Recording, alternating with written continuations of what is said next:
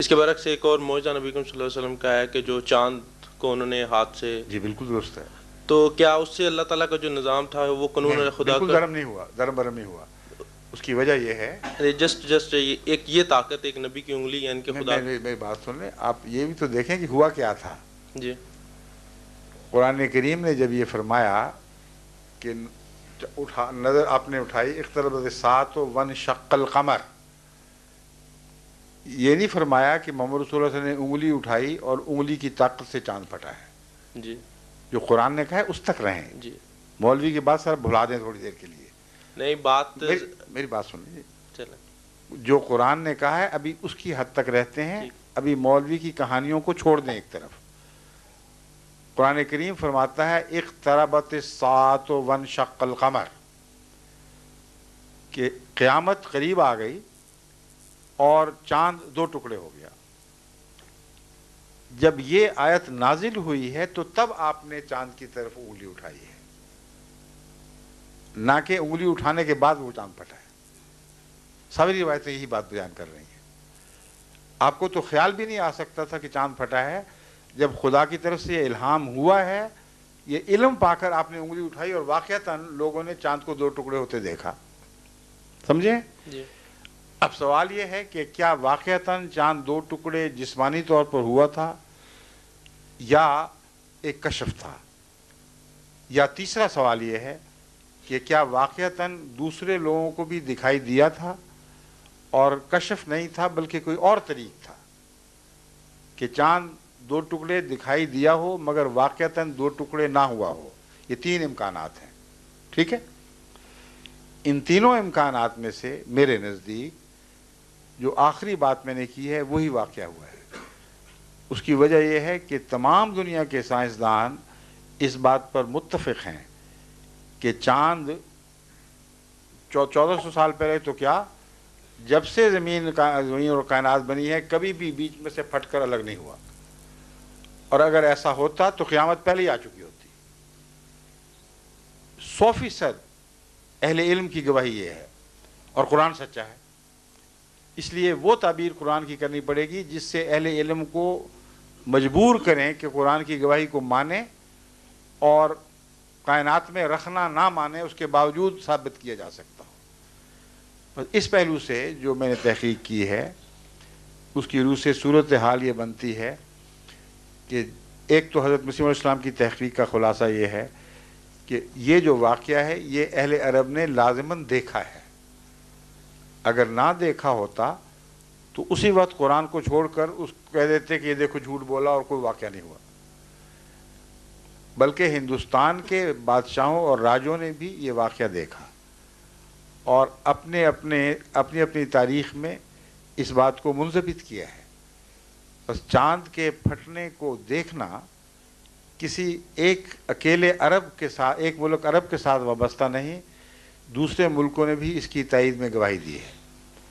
اور دو ہی ملک ہیں جن کی گواہی ہے، ایک عرب کی اور ایک ہندوستان کی. ٹھیک ہے؟ جی ان دو ملکوں سے ضرور تعلق ہے چاند کا، اور باقی جگہ دنیا میں کہیں گواہی نہیں ملتی. جو اہل علم اعتراض کرتے ہیں وہ یہ بھی کرتے ہیں کہ چاند نے اگر پھٹنا تھا تو کیا صرف عرب کو دکھائی دیا، صرف ہندوستان کو دکھائی دیا، باقی ساری دنیا کو کیوں دکھائی نہیں دیا؟ کیوں لوگوں نے ریکارڈ نہیں کیا یہ واقعہ؟ اور سائنس کی روح سے ویسے بھی ناممکن ہے. تو اب میں آپ کو دوسرا حل بتاتا ہوں.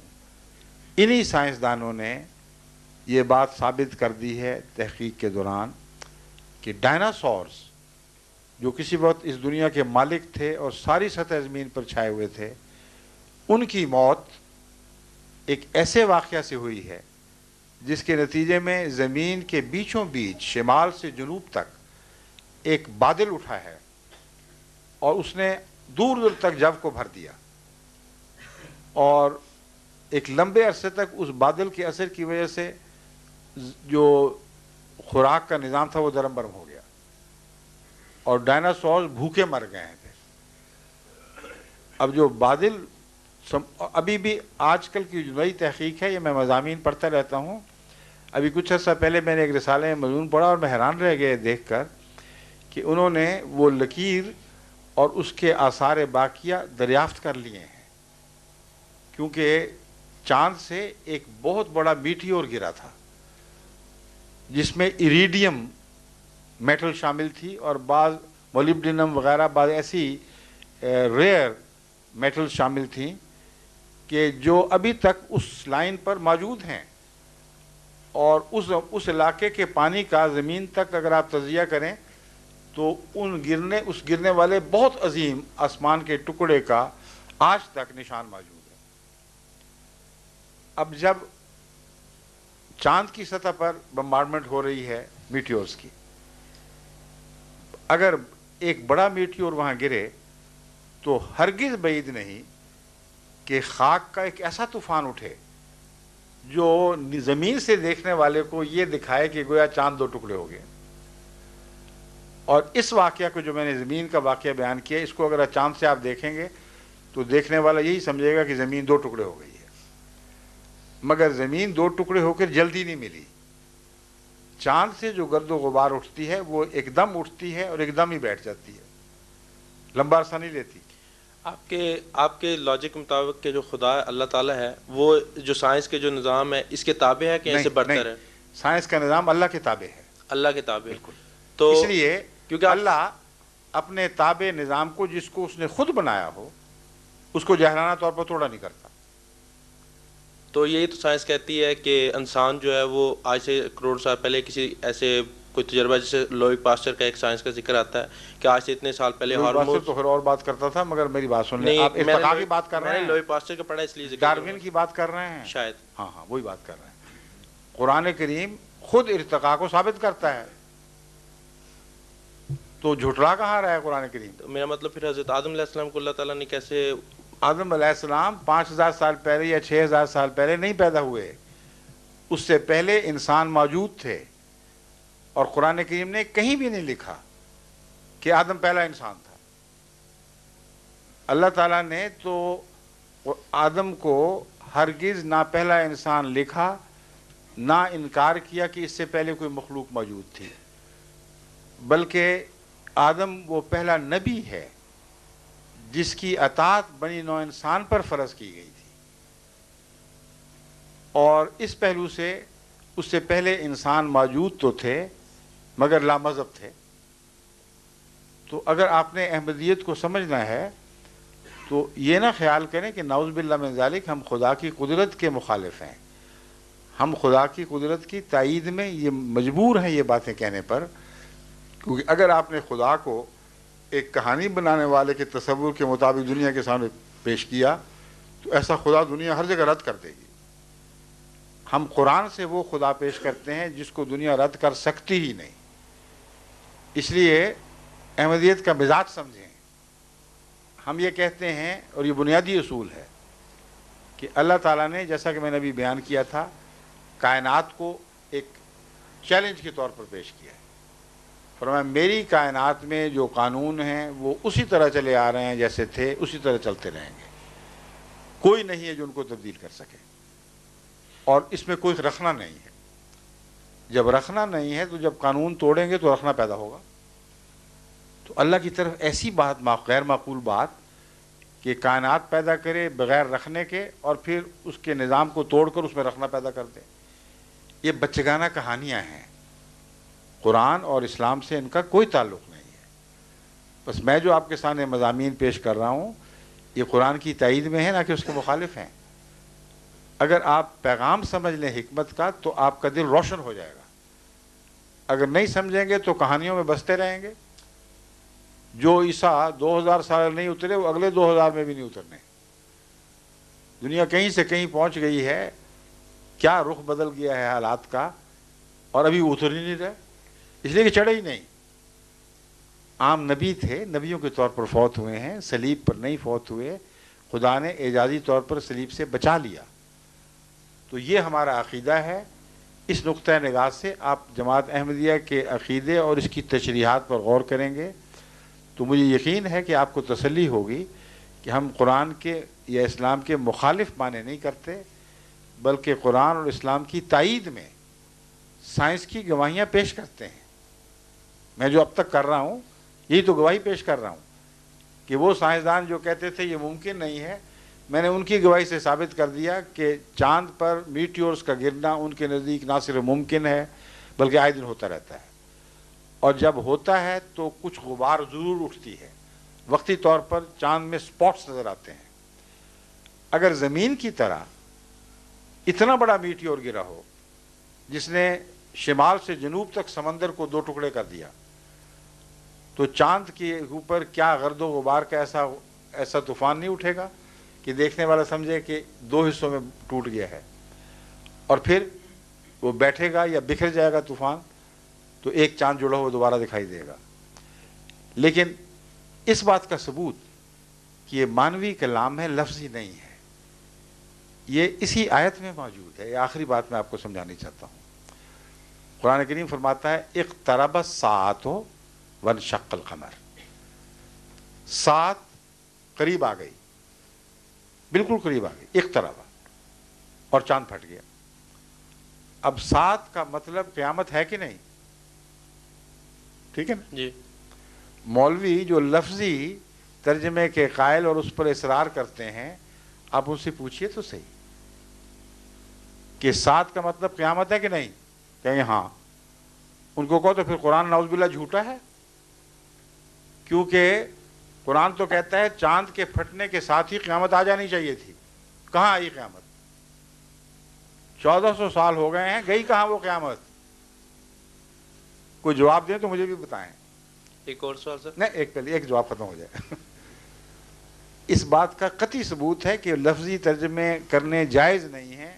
قرآن نے پیغام دیے ہیں، ساتھ کا ایک مطلب قیامت بھی ہے، مگر ایک مطلب جس کو تمام پرانے علماء مانتے ہیں، آج کے علماء کو مجھے کوئی پرواہ نہیں، کہتے ہیں کہ عظیم روحانی انقلاب کو بھی ساعت کہا جاتا ہے۔ پس اقتربت الساعۃ سے مراد یہ تھی کہ چاند کا 2 ٹکڑے ہونا اس بات کی قطعی دلیل ہے کہ جو روحانی انقلاب تیرے ذریعے برپا ہونا تھا اس کا وقت آ پہنچا ہے۔ اور چاند کس کا نشان تھا؟ عرب کا۔ یہ بھی مولوی بھول جاتے ہیں۔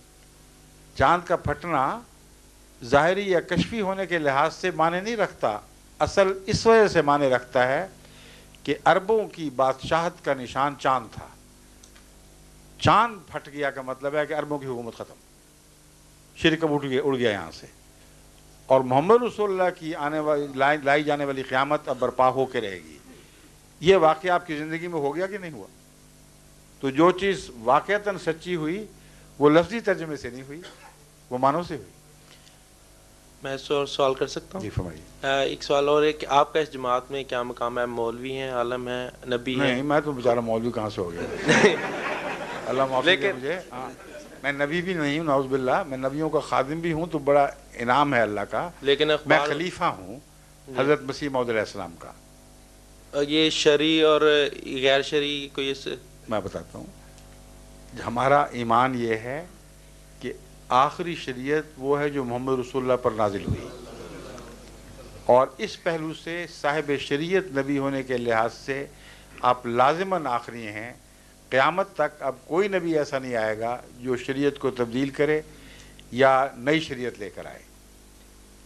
ہمارا ایمان ہے کہ محمد رسول اللہ صلی اللہ علیہ وسلم آخری صاحب حکم نبی ہیں، یعنی آپ کا حکم قیامت تک چلے گا۔ امام مہدی کا آنا نہ مانا ایک ضمنی بات ہے، مگر آپ کے حکم سے باہر نہیں آ سکتا کوئی، اس لیے قیامت تک محمد رسول اللہ علیہ وسلم کے حکم کا سکہ چلے گا۔ اس لیے قرآن آخری ان معنوں میں اور محمد رسول اللہ آخری ان معنوں میں، مگر وہ امام جس کی آپ نے خود پیشگوئی فرمائی ہے وہ آپ کے آخری ہونے کے باوجود آئے گا، کیونکہ آپ آخری ہیں مگر سچے بھی تو ہیں نا، اس لیے آپ سے بہتر آخری ہونے کا معنی کوئی نہیں سمجھ سکتا۔ آپ نے جہاں آخری ہونا فرمایا وہاں یہ بھی فرمایا کہ امام مہدی آئے گا، تو ثابت ہوا کہ امام مہدی کا آنا محمد رسول اللہ کے آخری ہونے کے مخالف نہیں۔ آپ نے یہ بھی فرمایا کہ مسیح نازل ہوگا، ثابت ہوا کہ مسیح کا نزول آپ کے آخری ہونے کے منافی نہیں۔ تو بین ہی یہی ہمارا عقیدہ ہے، اور جہاں تک میرا مرتبہ جماعت احمدیہ میں ہے یہ بھی بین ہی حضرت اقدس محمد رسول اللہ صلی اللہ علیہ وسلم کی پیشگوئی کے عین مطابق ہے۔ آپ نے ایک موقع پر فرمایا کہ رفتہ رفتہ خلافت اٹھ جائے گی، خلافت راشدہ باقی نہیں رہے گی، پھر بادشاہت آ جائے گی، ملوکیت کا دور ہوگا، پھر ظالم مالک بادشاہ آ جائیں گے، اور ایک لمبے عرصے تک ان ظالم بادشاہوں کا دور چلے گا۔ پھر اس کے بعد فرمایا کہ ایک انقلاب آئے گا، ثم تکون خلافت علی منہاج النبوہ۔ تکون خلافتن ہے، یہ تکون خلافتن ہے، اس میں جو کانا ہے وہ تامہ ہے یا ناقص ہے؟ جی خلافتن چاہیے نا، وہی میں نے پڑھا۔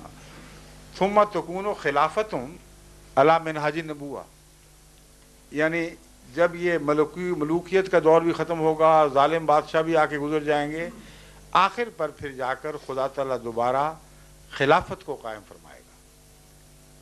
بس ہم اس مضمون کو امام مہدی کی پیشگوئی سے ملا کر پڑھتے ہیں۔ کوئی خلافت قائم ہو ہی نہیں سکتی جب تک کہ اللہ تعالیٰ کی طرف سے کوئی نبی نہ آئے، اور اگر وہ امتی نبی ہے تو امتی نبی کی خلافت ہوگی۔ یہ ایک قطعی لازمی نتیجہ نکلتا ہے۔ بس ہمارے نزدیک حضرت امام مہدی کوئی نئی شریعت لے کر آنے والے نہیں تھے، آزاد نبی نہیں تھے، مگر امتی نبی تھے۔ ہمارے نزدیک حضرت عیسیٰ جن کا نام لیا جاتا ہے، پرانے عیسیٰ نے نہیں آنا، وہ تو بنی اسرائیل کا رسول تھے۔ وہ عیسیٰ جو امت محمدیہ میں پیدا ہوگا اس نے آنا ہے، اور اس کے متعلق رسول اللہ صلی اللہ علیہ وسلم نے فرمایا ہے وہ نبی اللہ ہوگا۔ مولویوں سے پوچھ لیں، وہ سارے تائید کریں گے اس بات کی۔ مگر فرق کیا ہے؟ وہ کہتے ہیں پرانا عیسیٰ نبی اللہ دوبارہ آئے گا، ہم کہتے ہیں محمد رسول اللہ کی امت میں آپ کے تابع، آپ کی شریعت کا غلام، آپ کے لفظ کا غلام ایک ایسا شخص پیدا ہوگا جس کو اللہ تعالیٰ عیسیٰ کا لقب دے گا، مہدی کا لقب دے گا، اور وہ جب گزر جائے گا تو اس کے بعد پھر اس خلافت جاری ہوگی جیسا کہ پیشگوئی میں ہے۔ تو یہ وہ میرا مقام ہے جو آپ نے پوچھا ہے، خلافت علی منہاج النبوہ، یہ لفظ رسول اللہ صلی اللہ علیہ وسلم کے ہیں۔ یہ حدیث میں، قرآن میں، یہ حدیث میں رسول اللہ صلی اللہ علیہ وسلم کے الفاظ تو حدیث میں آنے ہیں، چلیے شکریہ سر۔ فرمائیے۔ السلام علیکم۔ میرا پھر ایک اور سوال ہے کہ یہ حدیث میں آیا ہے کہ حضور کے بعد جو خلافت تھی وہ 30 برس تک رہے گی۔ حدیث میں آیا نہیں، رہی اتنی دیر۔ ہاں وہ نہیں، وہ آیا تھا حدیث میں کہ وہ رہے گی 30 برس تک۔ نہیں، 30 برس کا نہیں لکھا ہوا۔ کیوں جی، کسی کو یاد ہے کوئی حدیث جس میں 30 برس لکھا ہو؟ ہیں؟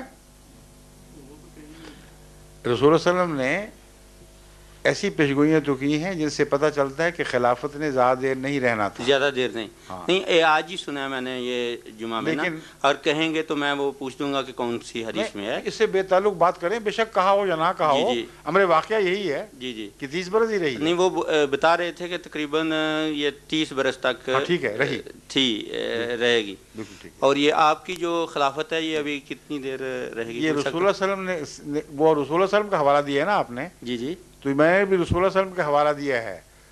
میں نے عرض کیا ثم تکون خلافت علی منہاج النبوہ، اور اس کے ٹوٹنے کی خبر نہیں دی، میں اپنی طرف سے کیسے دے دوں؟ اچھا ٹھیک ہے، سمجھ؟ جی جی ٹھیک ہے جی۔ ہاں، آپ کا سوال خود آپ کے مقصد کے خلاف ہے۔ آپ سمجھتے تھے کہ میں اپنی طرف سے کہہ دوں گا کہ ہمیشہ کے لیے رہے گی۔ نہیں، یہ نہیں، میرا مقصد یہ تھا کہ جو میں آپ کو بتا رہا ہوں، مجھے کوئی حق نہیں کہ اپنی طرف سے کوئی ایسی پیشگوئی بناؤں جو خدا نے مجھے نہ بتائی ہو یا محمد رسول اللہ سے نہ سنی ہو۔ حضرت صلی اللہ علیہ وآلہ وسلم نے اس خلافت کے بعد پھر کسی مجددیت کا ذکر نہیں فرمایا، جی، جس کا مطلب ہے کہ یہ خلافت پھر لمبا عرصہ رہے گی۔ سمجھے؟ جی جی، شکریہ۔ اچھا، اب نماز کا وقت نہیں ہو گیا زیادہ؟ اب میرا خیال ہے باقی پھر انشاءاللہ مجلسیں چلیں گی جب تک میں یہاں ہوں اللہ کے فضل کے ساتھ۔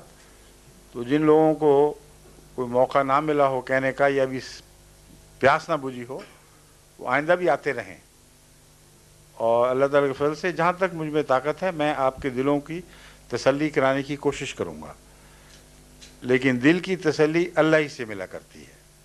اصل واقعہ یہ ہے. کوشش کرنا انسان کا فرض ہے، مگر اپنے لیے دعا بھی کریں. دعا کریں کہ اللہ میاں اگر یہ سچا سلسلہ ہے تو پھر ہمارے دلوں کو اطمینان بخش اور طاقت دے کہ اب تک جو ہم نے عمر ضائع کی، اب ہم اس امام مہدی کے سلسلے میں داخل ہو کر اس کے ساتھ خدمت دین کریں. اور اگر یہ جھوٹے لوگ ہیں تو ہمارے دل پر جو اثر پڑ جاتا ہے باتوں کا، تو ہی ہے جو مٹا سکتا ہے. اور صرف مٹانا بلکہ ان کو ٹھیک کر، یہ دعا کرنی چاہیے نا آپ کو. درست ہے نا؟ مگر جب یہ دعا کریں گے تو ٹھیک سے کیا مراد لیں گے؟ مولویوں جیسے ہو جائیں. یہ بھی سوچ لیں. باقی مسلمانوں کی طرح آپس میں پھٹ جائیں. آپ حضرات میں بھی مسجد میں کوئی لوگ جو جیسے اسلام کی اصلاح کے لیے بچوں کو بتاتے ہیں، وہ تعلیم دیتے ہیں، ٹھیک ہے، تو کیا ان کو بھی مولوی کہا جاتا ہے کہ آپ کو مولوی سے اتنی نفرت ہے بار بار مولوی؟ میری بات میں بتا رہا ہوں. مولوی نماز پڑھاتے ہیں. میری بات سن لیں. ان کے نماز پڑھانے پہ مجھے اعتراض نہیں. جی. اس بات پر اعتراض ہے کہ مسجد میں ایسی باتیں کریں جس سے فتنہ پیدا ہو. آپ ان حضرات، ان مولویوں کو کہیں جو ایسے کرتے ہیں. ایسے مولوی مجھے وہ مولوی دکھائیں جو ایسا نہیں کرتے. میرا خیال دیکھیں یہاں بھی مسجدیں ہیں، انگلستان میں بھی، دنیا میں ہر جگہ مسجدیں ہیں. ہر مسجد سے جو آوازیں اٹھتی ہیں وہ صرف خدا کی عبادت کے لیے بلاتے ہیں. جب بلاتے ہیں تو آپس میں ایک دوسرے سے لڑتے ہیں، ایک دوسرے کے خلاف باتیں کرتے ہیں.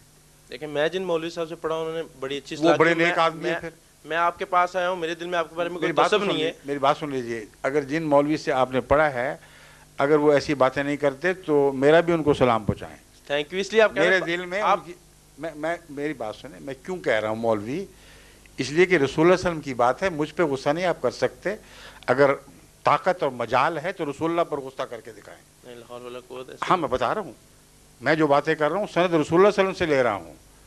حضرت صلی اللہ علیہ وسلم فرماتے ہیں کہ سیاتی علی الناس زمان لا یبقى من الاسلام الا اسمہ ولا یبقى من القرآن الا رسمہ. ایک ایسا بدنصیب زمانہ آنے والا ہے کہ اسلام محض نام کا رہ جائے گا اور قرآن صرف لکھنے کے لیے ہوگا. کیا ایسے وقت میں مسجدیں خالی ہو جائیں گی؟ اگلی بات سنیے. مساجدہم عامرۃ وہی خراب من الہدی.